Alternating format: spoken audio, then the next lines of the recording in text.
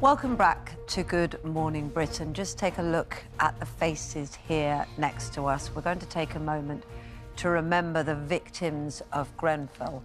72 lives lost, 72 entirely avoidable deaths. And the age range is from an unborn baby to an 84-year-old woman. Every single person you see here, every victim, of course, was somebody's dad, mum, brother, sister, grandparent, relative, friend or neighbour, all mourned. And all killed in a fire that was the result of decades of failure by successive governments, dishonest construction manufacturers and a chronic lack of leadership and an attitude of complacency at the London Fire Brigade. Well, that's the damning verdict from the final inquiry into the Grenfell disaster. 7 years after that horrific blaze, and this was the reaction to that final report from the families of those victims. 7 years, I just explained to my mother, there is justice, but at the end, 7 years passed and we still have no justice and we have to fight again. I don't know how many years going to be take. We didn't have the right treatment. We were discriminated. And we were a minority, but we are a strong minority who have the rights. Everyone is just passing the blame to each other. Is that fair? That 72 lives died. You know, from that night, I've not been the same person. Mentally, I'm messed up. I suffer from PTSD. This inquiry was forced on us. We had no say, we were not consulted. And like I say, to some it gives answers and to some it doesn't do anything except it's put that extra nail in the coffin, as they say, or in the heart. Well, Sawsan Choucair lost 6 members of her family in the blaze. Her mum, Syria, her sister Nadia, and Nadia's husband, Bassem, and their 3 children, her nieces Fatima, Myrna and Zainab. No other family lost more members in the fire. And Sawsan joins us now. It's been 7 years since that terrible, fateful night. And we had the inquiry report yesterday, but of course, you know, for you, other family members, every day has been a terrible day. And since that tragedy, how did you feel yesterday when the statement was made in Parliament and the inquiry chair read out his findings and talked about dishonesty and incompetence? Devastated, because it's been a long time. We're waiting for justice. We haven't got justice. And now they come out with this report, you know, because of the inquiry. It's took them so long, and, you know, nothing's going to bring our family back no matter what, you know. No. I mean, you're very brave to come and talk to us this morning, but I'm sure every morning you wake up with the thoughts of the 6 beloved family members that you've lost. Could it bring any comfort to think maybe at last the devastation of this is finally recognised? Have you felt that you've been, in a sense, shouting into the wind for the last 7 years? We've been shouting so long, and we've been fighting, all of us, to get justice. And until now, we haven't.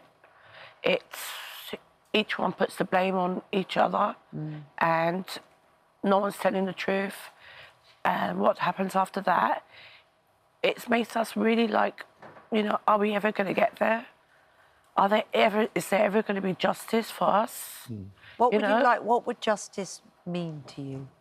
It'll be great. It'll be such great news. But sorry, that was a very bad question.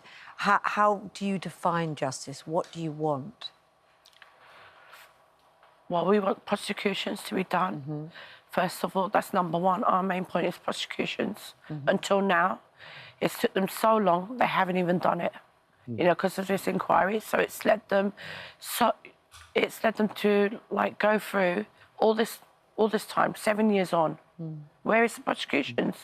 But the police say that from now, and they've been working on this for 7 years, they still need another year to a year and a half, and then the Crown Prosecution Service might need another year. We could be talking at least 2 more years. I mean, that justice still feels like a long way away. It does. It does. It's not good enough. It's not good enough. You know, come on, it's been so long. You know, so long since it's happened. I mean, surely until now.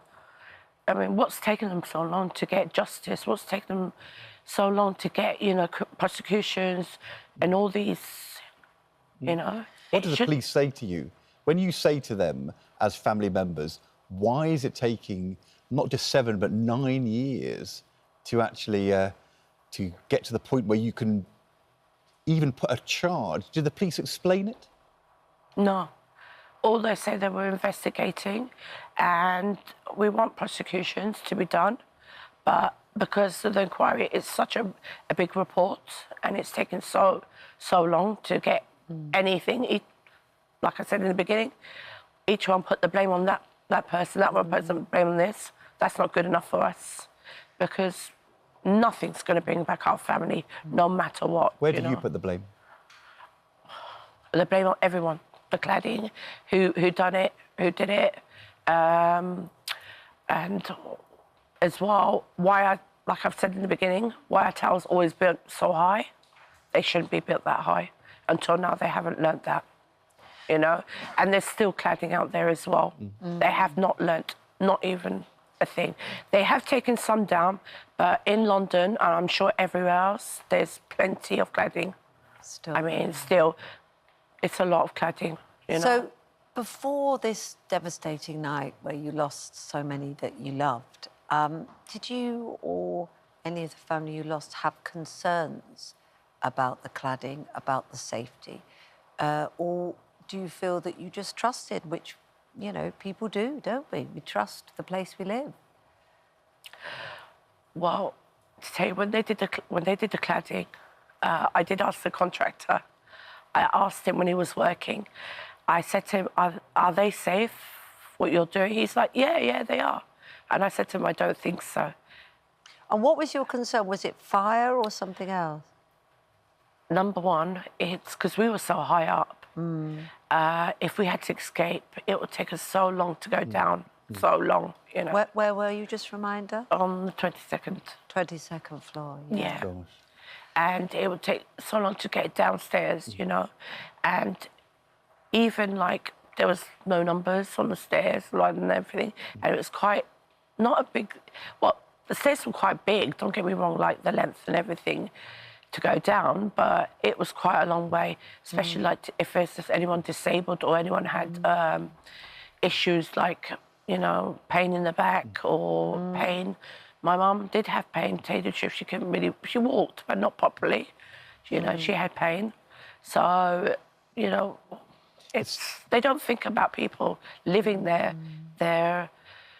what they have, you know, issues like coming down the stairs, just in case there was a fire. It's so easy when you talk about inquiries and prosecutions and blame to lose sight of the tragedy of the victims, which you experienced in your life so rawly. Tell us about your mum and your sister and her family, the loved ones you lost. I lost 6 members of my family, and they were such a lovely people. All of them were kind, soft, and caring, and we were just ordinary people, like, enjoyed our life, did our, you know, what we had to do. We got together every day, and it was a lovely family, you know.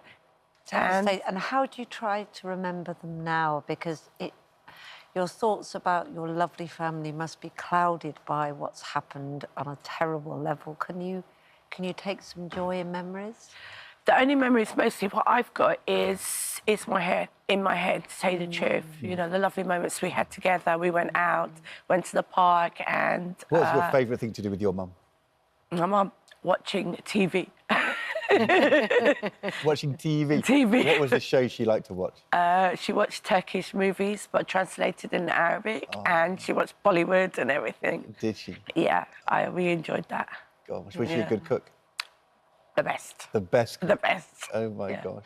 Yeah, the best. Oh, no. And there's another thing I would like to say. Considering all my photos were all gone, so I lost, you know, quite a lot of photos. I had to get photos back, a bit from friends, a bit from here and there, you know, a bit from internet. You know, so they basically took my whole memory, you know, of even me as a child. Stripped of everything. A strip of everything, yeah. Even me from a childhood, I don't have nothing. I don't have nothing. I think your mum, though, your mum would be so proud of you campaigning for change on behalf of other people in her memory. It's very brave what you're doing, but very important. So thank you. Definitely, yes. Thank you so much. We will much, fight to the end. Good. We won't give up, no matter what, all of us. Good. Yeah. Thank you, Susan. Thank you. Thank you so much indeed. It's very brave of you to come and speak to us about it, but the passion of the fight we can see is there. If you at home have been affected by any of the issues that we've been talking about, you can find advice and support at itv.com/helplines. Thank you very much indeed. Thank you.